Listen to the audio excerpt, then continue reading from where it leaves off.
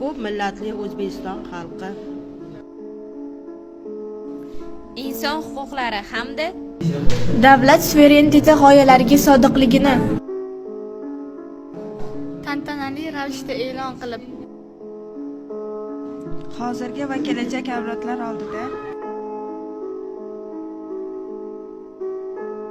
yuksak mas'uliyatni anglagan holda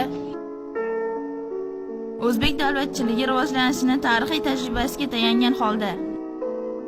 demokratiya va ijtimoiy adolatga sadoqatini namoyon qilib xalqaro huquqning bu e'tirof etilgan normalarni tan olgan holda respublika fuqarolarining munosib hayot kechirishlariga intilib insonparvar demokratik huquq davlat